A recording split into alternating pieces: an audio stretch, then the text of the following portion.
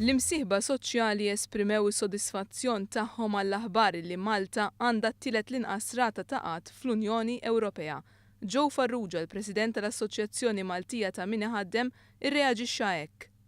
Għalkemm tul dawn l-aħħar xhur kien hemm żidiet marġinali fil-qatt, però l-aħħar statistika qed turi li dan naqas u dak huwa pass pożittiv ħafna. Skont l-istatistika tal-Eurostat, ir-rata ta' qatt f'pajjiżna hija l-inqas fl-aħħar 14-il sena.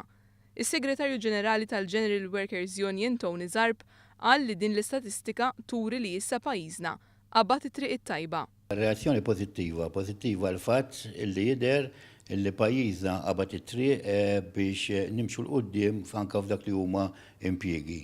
Li ġejna t-tielet mill-Ewropa hija xi ħaġa tajba ħafna l-pajjiżna u tajjeb ukoll li l-ħaddiema ma tinugħawx jinnutaw dan il-fatt.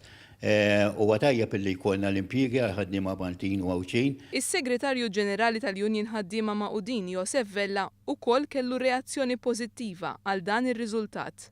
Bażikament hija reazzjoni fis-sens pożittiva meta tara li l-unemployment ikun qed jonqos. Din hija ħaġa tajba, ovvjament bħalma dejjem tara fil-UHM. Importanti li mhux biss jonqos l-unemployment imma l-impjiegi nżidu wkoll il-kwalità tagħhom. Din hija t-tieni statistika f'temp ta' ġimgħa illi konfermat riżultati pożittivi għal pajjiżna. Joe Farrugia jargumenta wkoll li l-ekonomija qiegħda tipproduċi biżżejjed impjiegi fil-privat u għalhekk wieħed għandu jkun imħeġġeġ biex jaħdem f'dan is-settur. L-ekonomija qiegħda tiġġenera xogħol, però fl-istess ħin kellna żieda fl-impjieg fis-settur pubbliku.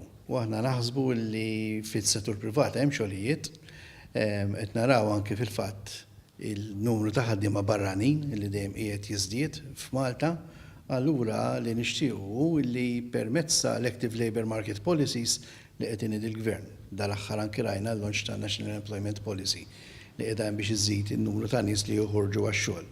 U anki li nħajru aktar nies jaħdmu fis-settur privat milli fis-settur pubbliku.